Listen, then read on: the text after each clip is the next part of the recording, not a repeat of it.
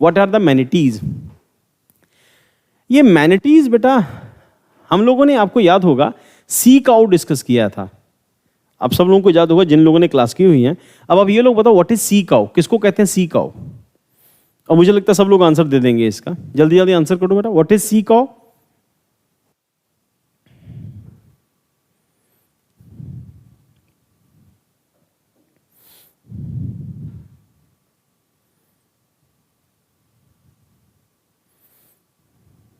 Good evening Harnoor.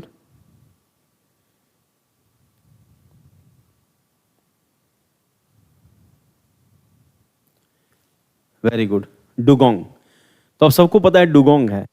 तो जैसा dugong है एग्जैक्टली सेम वैसा ही ये मैनाटीज है, मानाटीज। तो मानाटीज और डुगोंग सेम है, कोई फर्क नहीं है दोनों में। फर्क है सिर्फ टेल का।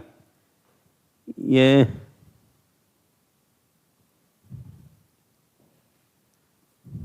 मैंने उधर अपने लैपटॉप में उसको किया था, एक बार आप देख लेना। मैनाटीज, डिफरेंस बिटवीन मैनाटीज एंड डुगोंग, इनकी टेल का फर्क है। डुगोंग की टेल फिश की तरह है और जो मैनाटीज है इसकी जो टेल है, इसकी जो पूंछ है वो आधी चप्पल की तरह है। तो आप समझ सकते हैं कि दोनों में कितना डिफरेंस है। वो वेल की तरह टेल है और बाकी फीचर ऑलमोस्ट सेम है दोनों।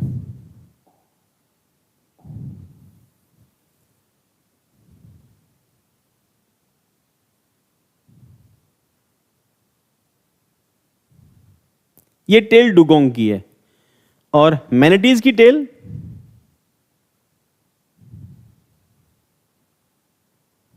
इस तरह की है। ये डुगोंग की टेल है, ये डुगोंग है और ये मैनाटीज है। बस इतना ही डिफरेंस है, बाकी बॉडी स्ट्रक्चर ऑलमोस्ट दोनों का सेम है।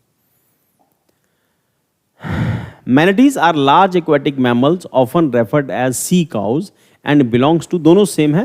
एरिया का फर्क है क्योंकि वो अफ्रीका ये जो है, ये मैनाटीज जो हैं ये अमेरिकन कॉन्टिनेंट के अंदर मिलेंगे, साउथ अमेरिका, नॉर्थ अमेरिका के इलाके के अंदर, और एशिया के अंदर आपको डुगोंग्स मिलते हैं। और डुगोंग हम लोग डिस्कस कर चुके हैं। अब एक बार फिर दोबारा जाके चेक कर लेना इंडिया में डुगोंग कौन कौन सी एरियाज में मिलते हैं और सी काउ क्यों कहते हैं, एक बार उसको फिर दोबारा चेक करना। Manatees are large aquatic mammals often referred as sea cows and belong to the group of animal called Sirenia. This group is also include dugongs with the main distinction between the tail. The manatees have a paddled shaped tail while the dugongs have fluked tails, resemble a whale like appearance. तो मैं जो dugong है वो well type की appearance देता है क्योंकि उसकी वो फिश जो है वो वेल फिश टाइप की उसकी टेल होगी। The gentle creature inhabit shallow marshy coastal areas and rivers. They are 3 species of the manatees. 3 तरह की फिशेस इसकी स्पीशीज मिलती हैं।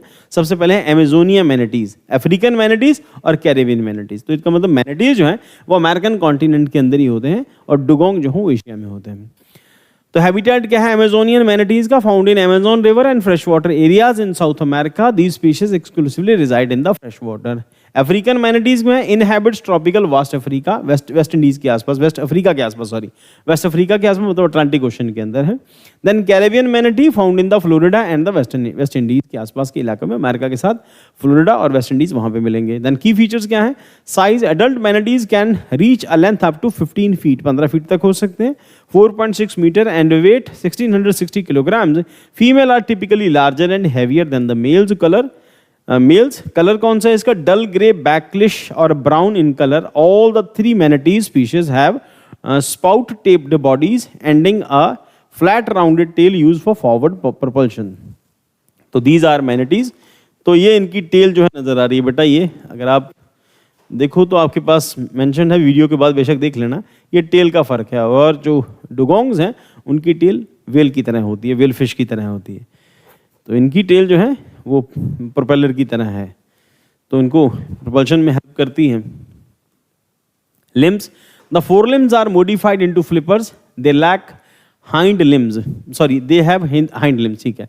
Breathing manatees must swim in the water surface to breathe and they are air breathing mammal. वहाँ पर भी ऐसा ही है, डुगोंग भी ऐसा ही है, सांस लेने के लिए हवा में बाहर आते हैं. वेल भी वैसे ही हवा लेने के लिए बाहर आती है, सांस लेने के लिए बाहर आती है. तो ये भी डुगोंग्स की तरह सांस लेने के लिए बाहर आते हैं. और अल्टीमेटली सी काऊ क्यों कहते हैं? क्योंकि समंदर के अंदर की जो घास है उसको ये खाते हैं, इस करके they are known as sea cause.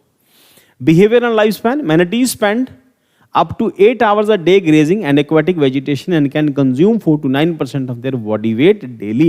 They are generally solitary animal. अकेले रहते हैं normally ये, except for mothers जो बच्चों को जन्म देने वाली हैं, या फिर receptive female manatees have a lifespan of 50 to 60 years.